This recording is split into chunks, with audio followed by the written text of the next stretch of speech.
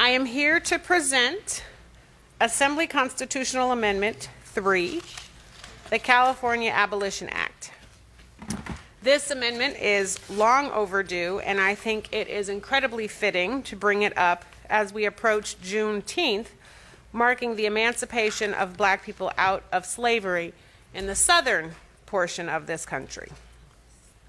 The California Constitution prohibits slavery and involuntary servitude except to punish crime. ACA 3 seeks to amend the California Constitution to remove such conditional language, abolishing slavery and involuntary servitude without exception. Over 94,000 Californians are currently incarcerated in state prison. African Americans account for 28% of the prison population and less than 6% of California's overall population. Although no courts explicitly include labor as a condition of criminal sentencing, there is an expectation that many incarcerated people will perform labor, oftentimes for as little as 8 cents an hour. Today, 12 states prohibit enslavement and involuntary servitude, but exception provisions for criminal punishment remain. California is one of those states. You know, slavery was a political and economic engine for the South and this country. And once slavery was abolished, convict leasing, anti-loitering, and involuntary servitude laws popped up, all designed to continue to keep Black men and women shackled to systems of free labor. Involuntary servitude for the punishment of a crime, a vestige of those times, remains an economic engine for this country and for California. The minimum estimated annual value for incarcerated labor in our prisons and jails annually is $2 billion. In California, for example, we save up to $100 million a year by using prison labor for CAL FIRE, and that is just one labor program. Dissolving the remnants of slavery and racial inequality is more important now than ever, although it should always be important. In 2018, Colorado passed a ballot measure that removed slavery and involuntary servitude as a criminal punishment from its state constitution. Last year, voters in Nebraska and Utah voted to remove prison slavery from their state constitutions. Also in 2020, U.S. Senator Merkley from Oregon introduced a resolution to remove involuntary servitude as a punishment of a crime from the U.S. Constitution.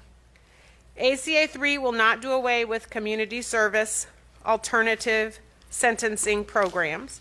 These programs still function in states like Colorado, where similar constitutional amendments have taken effect.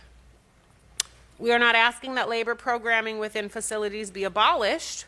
Simply, if these programs are to perform as originally designed, then they should be providing our incarcerated brothers and sisters with an appropriate wage.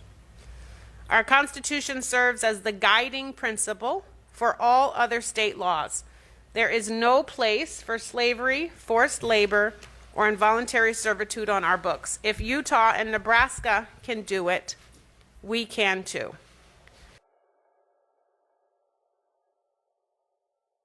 Hi, my name is Sydney Kamlager, and I am Senator for the 30th Senate District representing Los Angeles and the proud author of ACA 3. I am so excited to welcome you all to the Capitol today, and today is momentous. Not only are we celebrating Juneteenth, but on Thursday, the President of the United States signed into law recognizing Juneteenth as a national holiday. And while we are talking about freedom and emancipation, we are on a nationwide movement to get slavery and involuntary servitude of all kinds out of our state's constitution. And ACA 3 will do that right here in California. We know the emancipation of Black people in the southern part of this country in 1865 was only the start and a delayed start in this continued journey for freedom, for emancipation, for self-determination, and for dominion over ourselves.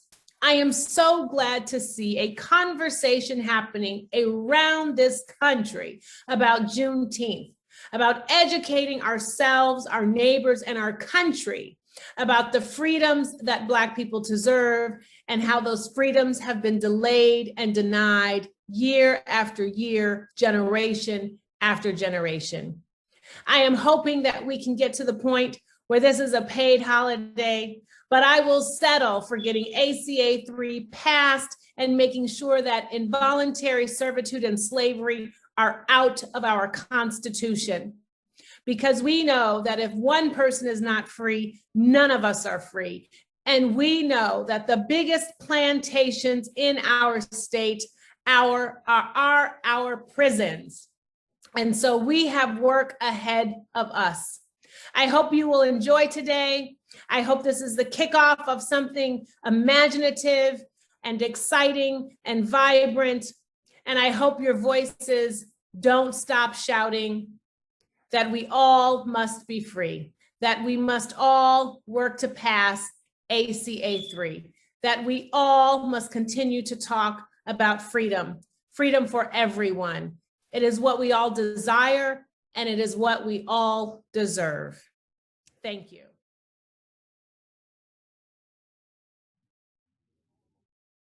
Greetings, Senator Jeff Merkley here, and a happy Juneteenth. With the Emancipation Proclamation more than 150 years ago, our nation took an historic step toward realizing the founding vision of America, a country where everyone is equal with the same opportunities to thrive. But today is not just a celebration of June 19th, 1865. It is also a celebration of how far we have come together as a nation since that day, the history, culture, and contributions that generations of Black Americans have made to our nation. We see it everywhere, in every aspect of our society, in science and in medicine, and of course in our nation's government. Yet we know that the work of making that vision of a just and equal society a reality is unfinished. We know that slavery's legacy of injustice continues in many ways today. A loophole in the 13th Amendment, an amendment that was designed to end slavery, actually allowed slavery to continue if people were convicted of a crime. This led to the Black Codes, laws that were invented to make it, well, basically a crime to be Black, fueling an explosion of corrupt arrests and mass incarceration of Black Americans. That loophole had all the effects of slavery, ripping families apart, economic strife, and generational trauma. And there's no question that the dark and difficult days of the past year have once again made us really confront the inequalities currently that still exist in economics and health and housing and access to opportunities. But I believe in the words of Dr. King, who said that human progress is neither automatic nor inevitable. Every step toward the goal of justice requires sacrifice, suffering, and struggle. The tireless exertions and passionate concern of dedicated individuals. Our nation has gotten as far as it has in the last century and a half because generations of Americans of all backgrounds tirelessly worked to make it happen.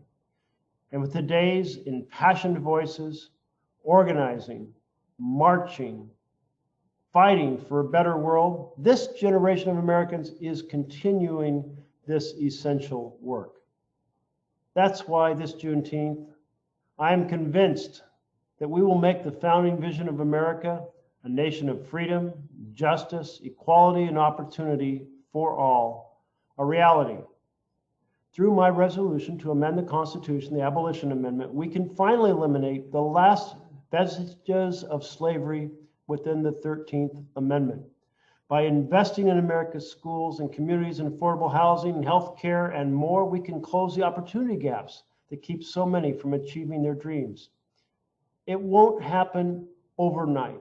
There's a tremendous amount of work to be done to eliminate systemic racism from our laws, from our society, to eliminate racism from our hearts. But in the spirit of Juneteenth, the celebration of progress, We must continue to work together to make our nation free and just for all Americans. When is slavery acceptable? The 13th Amendment, neither slavery nor involuntary servitude except... We work like everybody else, 7 hours a day, 5 days a week. We just didn't get paid. If we refuse to work, we could lose visits and calls with family, be beaten by guards, and be put in solitary confinement. We could even be denied parole. I was incarcerated for over 6 years. I answered phones for the Department of Motor Vehicles for 50 cents an hour. I was in prison for over 10 years, and while I was in prison, I picked cotton for 2 cents an hour. I was incarcerated for 6 years, and I cleaned the infirmary for no pay. This isn't a red or blue issue. It's an American issue. It's the framework of our nation we're talking about. Aunt Harriet saw no exceptions.